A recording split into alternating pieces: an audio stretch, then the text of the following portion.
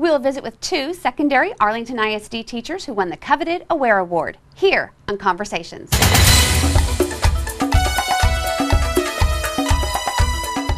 Welcome to Conversations. I'm your host, Jeannie Curtis.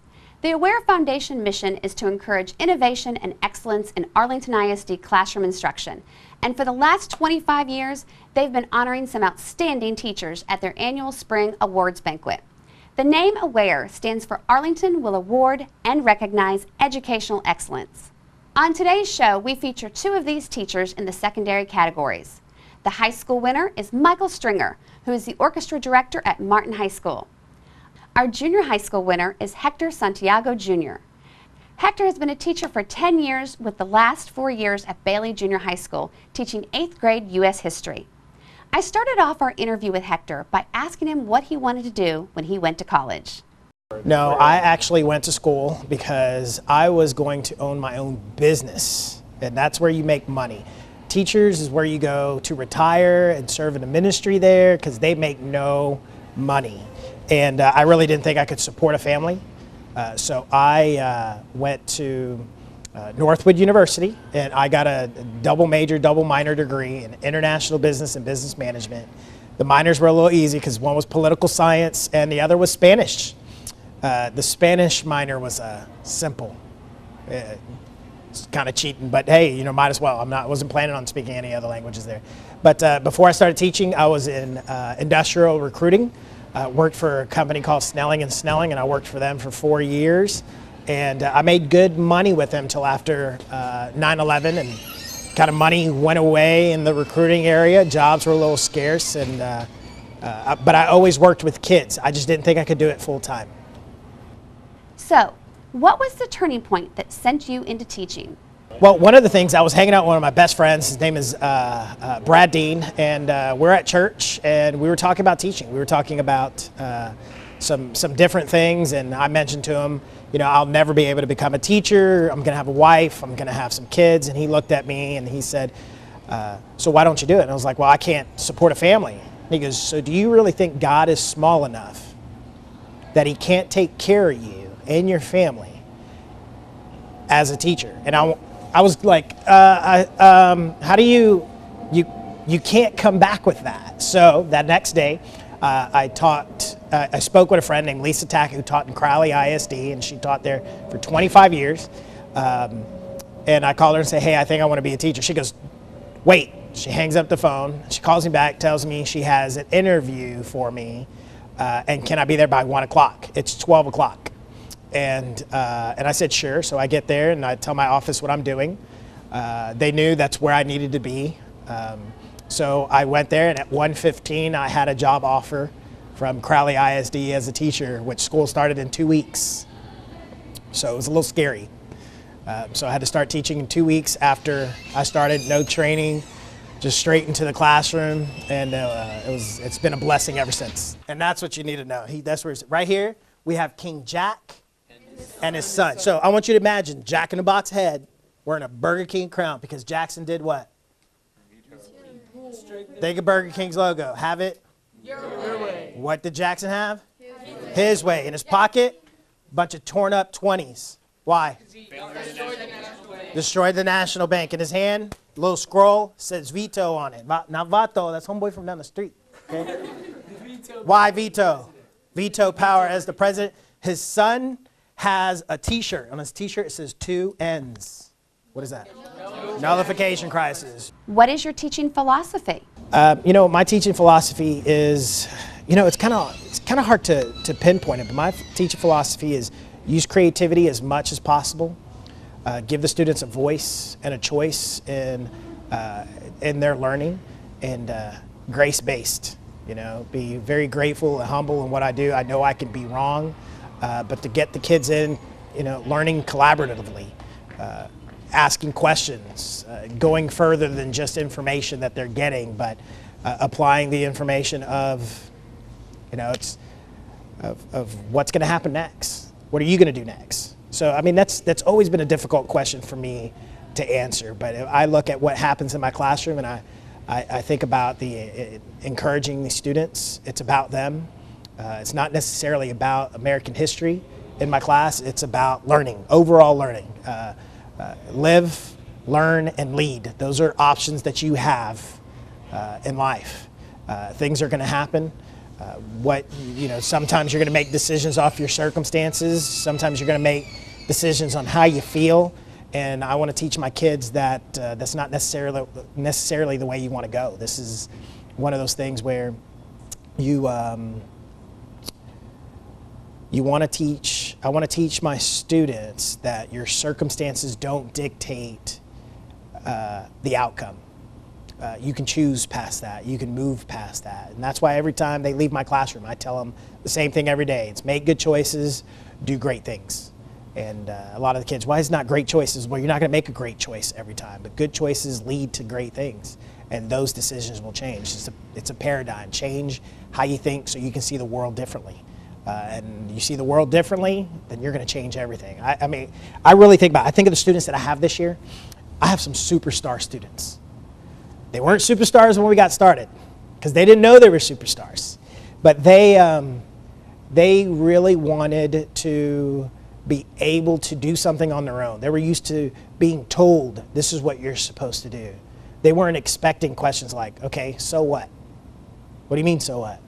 Okay, this is what I mean, so what? Well, so what? Like, you mean this? It's like, yeah, well, now what? Then what? What's next? What do you predict? What do you think is going to happen next? And they just want multiple choice questions. They're just like, hey, let's keep this simple, Mr. Santiago. Knowledge is easy to get. I can give that to you real simple, but I want them to walk out of that classroom with, hey, Mr. Santiago, this is what I learned in your classroom. It's one of those things you have, Maya Angelou passed away yesterday, and one of her famous quotes or poems, I think it was Maya Angelou, she mentioned people may not always remember what you did for them or the things you've done, but but what they will remember is how you made them feel. And my kids in my class, what I want them to do is walk out of my classroom knowing that they felt love, that they felt the spirit about me, even if we never shared words that were very personal, but that spirit speaks to spirit even if a word has never been spoken. And I hope that they feel my heart in my classroom. It's been said that junior high is the roughest time of growth for students. You know what? Everybody says that junior high is the roughest time of growth for kids. For me, it's not. It's one of the coolest training times of their life for junior hires. And I tell them, it's like, get excited. You're going to mess up all year long. You're going to fail. You're going to do all these things, and you're going to learn from it. Get excited. This is training, what you're doing right now. This is a heavy training period of time. And I think that's what people look at it as they get frustrated. There's so many mistakes being made in the training, and they don't realize that they're at a period of time that they're using that training from their junior high lives. Yeah, they're squirrely. They're weird. They smell funny. 9 out of 10 times they're going to smell weird. Did I mention that they smell weird? But I got allergies, so I get clogged up a lot. But I just relate. I can understand, Mr. Santiago, this is what's going on. There's bullying here. Mr. Santiago, I just don't understand why my parents believe this and why I don't believe this. And it's a period of time that I'm able to get in there with the kids and say, I was like, all right, let's ask some questions. What do you think about this? And why do you think that? Okay, you have a conflict with somebody. Where's that conflict start? Does it start with you or does it start with them? Most of the time, it's everybody else, the world happening to them. And I think in junior high, this is a time where they learn that they're the action that happens to the world. They're the influence that happens to the world. Last year, you were the Teacher of the Year, and this year, you're an Aware winner. Pretty good couple of years for you. It is pretty good. I'm glad it's over. But here's the thing. What I loved about the Aware nomination is that I got teachers into my classroom. I got former teachers into my classroom, and it made me think about some different things. It's not that I wanted to put a dog and pony show or anything like that. I just wanted to show them what really happens in my classroom. And it pushed me to be more creative. 2 years ago, I was nominated for Aware before I got Teacher of the Year last year. But I got disqualified.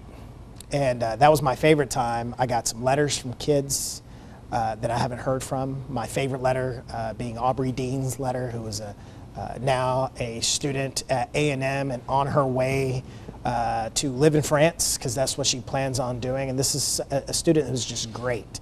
But I got to experience some great people. I got to get some great feedback on what's going on in my classroom. I got to push myself in some creativity when I thought it was, hey, this is bland material. So, and we moved quickly through it. So let's keep it that way and let's just keep moving. So with the nominations, it made me think, it's like, you know, this is bland. And instead of just knowledge and information, let's figure out how can we make this more rigorous, and how, you know, let's add some fun in my class. I mean, that is one of the things kids tell me all the time. I get seniors and students coming back saying, Mr. Santiago, I just took a test yesterday and I remembered everything you taught me. I was like, quit lying. How much money do you want? What are you selling? But they remembered, Mr. Santiago, I did not realize how much I learned in your class because I was always enjoying my time.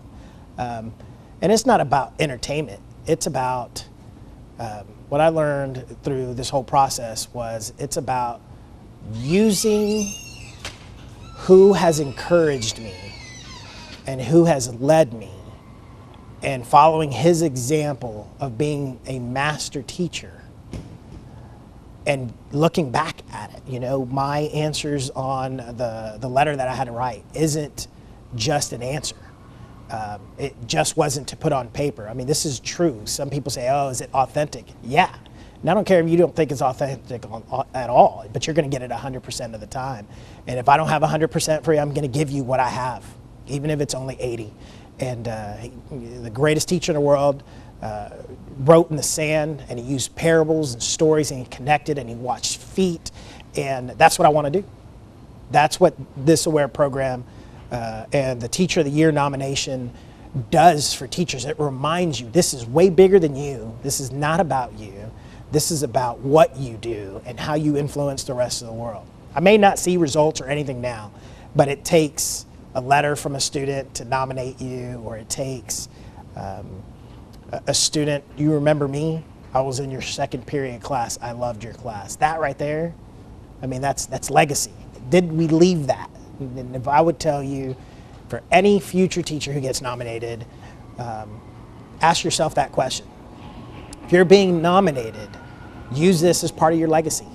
What are you leaving behind? Are you leaving that legacy? And the answer is no, and it's questionable. You got some things that you need to change. You got to start surrounding yourself with some people who are going to help you grow. And you know, that's it. That's the most important people. I surround myself with people who help me grow. When I mentioned that I got disqualified, one of those things was I didn't teach in a school district long enough.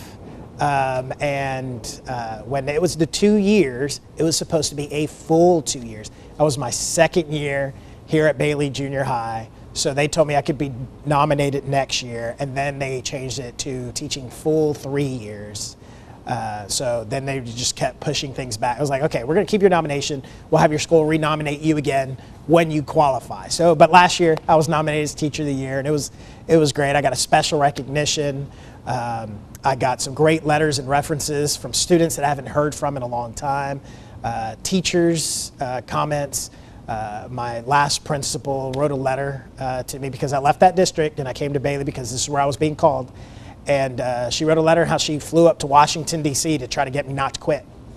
And you know, I came to Bailey because of my family, not necessarily because of the students, because I needed the students at Bailey.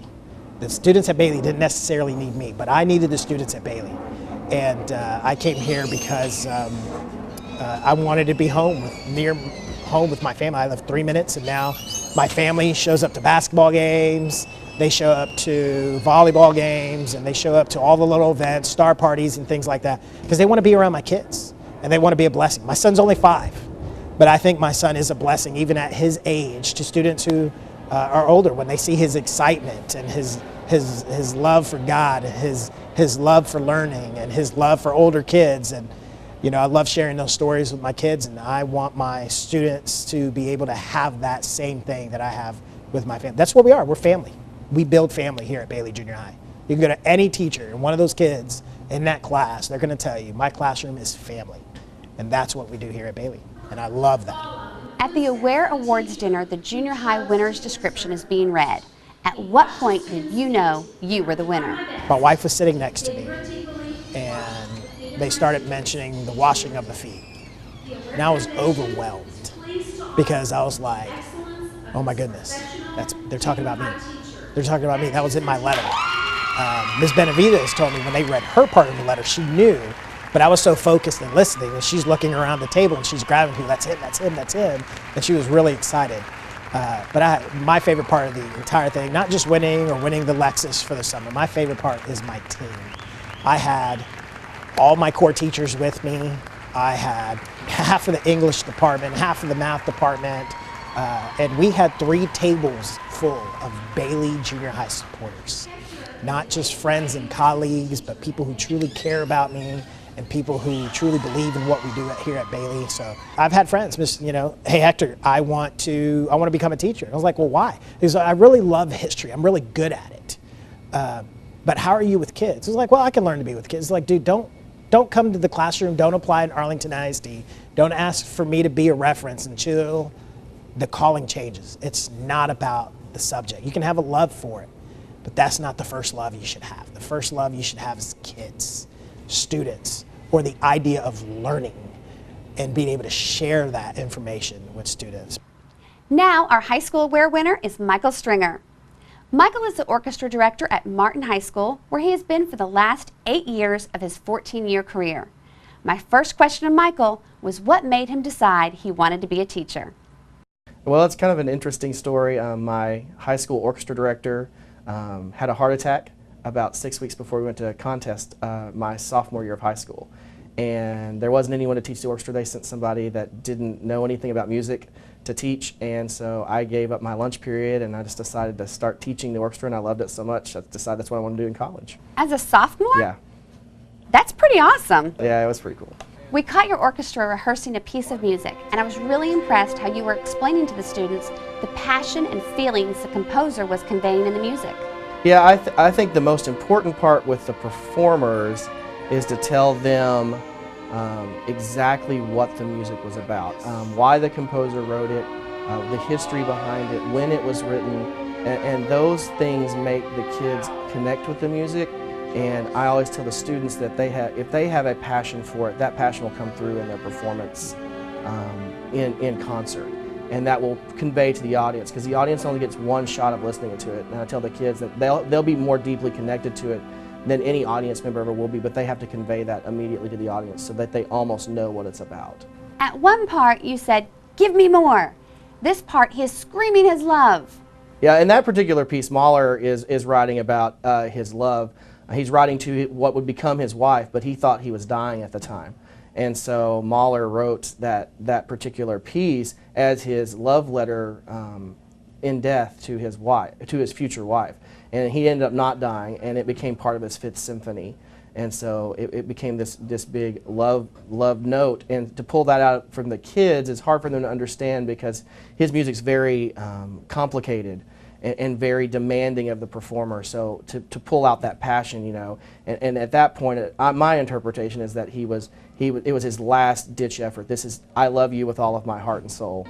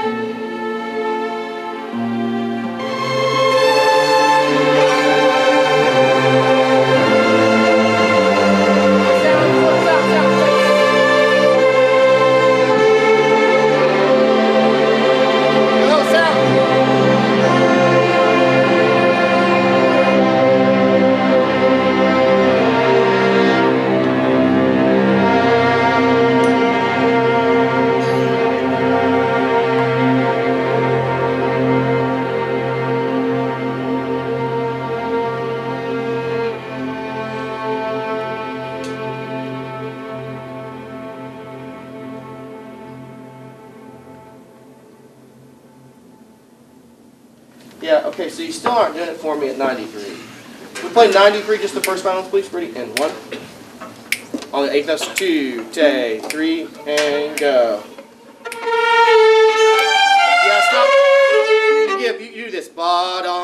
and you back off on the E. Drive. Yada-tee-ta-ta-ta. Ready? And go. Okay. Yeah, you did what I asked you to do, but then you backed off. Yada-tee-ta-ta. Yada-tee-ta-ta-ta. You got to go all the way down. Ready? And set. And go. Keep going. Go. Don't be scared. Look, don't be scared of that note. It's remember what we talked about earlier in the year. This is screaming. He's screaming at the top of his lungs.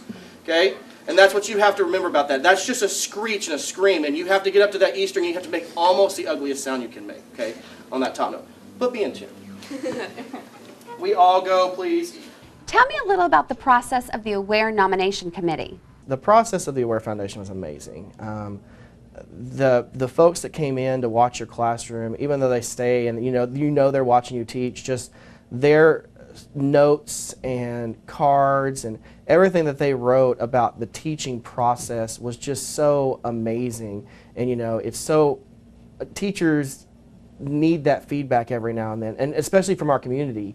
And just to know that those people appreciate great teaching going on, that was so amazing and rewarding at the same time. You see the community come into the schools, and I think that's what makes the AWARE Foundation so special. During the AWARE Awards dinner, Alice Peterson is reading about the high school winner. When did you know you were the winner? The first time I knew it was me was when they started reading the letter, and Kay Owens was the writer of the letter, and she was sitting right across from me, and she knew it was her letter, and she turned around and winked at me. And at that point I knew it was me, and it was, I just couldn't believe it. I had actually told my wife a few minutes before, be prepared, it's not me, and I unbuttoned my jacket, and everything. And you sit there trying to guess, and it is nerve-wracking, but that was just one of the most amazing, hearing your name called is one of the most amazing things ever. Have you decided how to spend your AWARE money? Well, we spent the money, we spent it the next day. We paid off our car.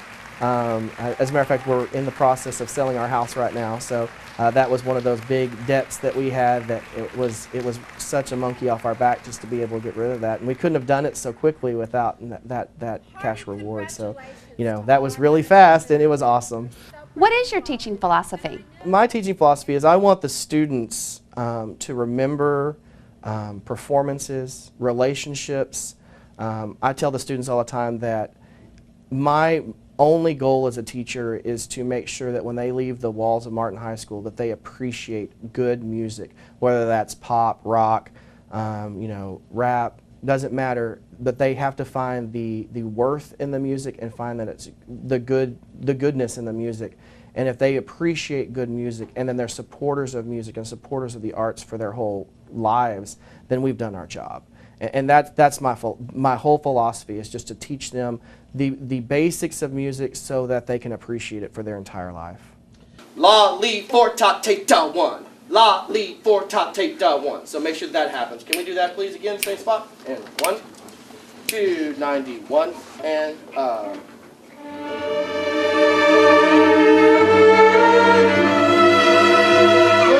Can you talk about the fine arts? The fine arts services the whole student. In our classes you'll have science and math and history and all of that in 5 minutes of lesson, but then they get something that they don't get anywhere else because they get to attach to a piece of music, they get to attach to a play, they get to attach to a piece of art, work that they have created, and so they're creating that, and the most rewarding part of that is for them to listen back to a concert in orchestra and not know if I'm playing a professional orchestra or the Martin High School Orchestra. That tells me right there that our students get so much out of the fine arts. It just services everything. And having so many students in the top 2% of our class, I think the orchestra has 5 of them this year out of the top 2% of our class. And I know band has a couple, and choir always has some, and theater has some. It's just, you see those top kids, and I think it's not because I don't think it's because they are, just great kids, but I think the fine arts does something to that. It services their whole brain that no other class can do. We have them journal every single day. We tell them that everything that they do for us is homework, and you are to go home and practice this. And the kids will tell you they spend more hours on our class than they spend on their, AP whatever class. They actually end up spending more hours than the credit they get for the course. And, and just to be good at something, it takes hours upon hours of crafted refinement. And especially in string playing, they're using both sides of their brain at all times. So they're having to develop, thinking, creativity at all times. That they're doing anything in our class or preparing for our class or whatever. Now, Sarah works over at Gunn Junior High. Yes, Sarah, my wife is a counselor at Gunn Junior High, and my son Matthew is a second grader at Mary Moore Elementary, and having a great time, great schools and great people to work with and work for and service our children. Is he going to be a string student? Yeah, he's already playing the violin. We started him in first grade on violin. And he was his choice. We didn't force him into it or anything. As a matter of fact, we wanted to start him a little earlier, but we waited until he made the choice that he wanted to play an instrument to start him. And he takes from one of our string teachers in the district. She teaches in the Lamar cluster, and she teaches him privately and gets him ready so that one day he'll be really ready. He's looking forward to being at Martin High School. He's pretty much already a part of the orchestra here. The kids accept him. All of my babysitters have come from the Martin Orchestra. They love him. He loves them. There's just we have great kids. We have amazing, amazing kids. In 2018, when the new Fine Arts Center opens, is there a piece of music that you would like to perform there? If I want to perform something in 2018 when the new Fine Arts Center, I want to play Adagio for strings in there. It's just the most powerful piece in the world, and it's just one of those in a great acoustic environment is just unforgettable. I've performed that piece twice with my orchestras here at Martin, and I don't forget either time. Both times are very different but very special. And if I have one thing to do in there, that will be opening concert, what I want to do in there. Yeah, Adagio for strings, I tell the kids when we start that piece, it takes about 6 weeks for it to sound good. And then it takes another 2 weeks for it to sound, to get it to the professional level. With high school students. So it's just one of those works that it's known in the string world as being one of the hardest pieces to play and perform, because it's not just one part that has to be good, the entire orchestra has to be of the highest quality, or you just have no business playing it. And so it's one of those that it just takes a while. You have to know that it's going to sound bad for a while until all the pieces can come together and mold together well enough to put together a cohesive work.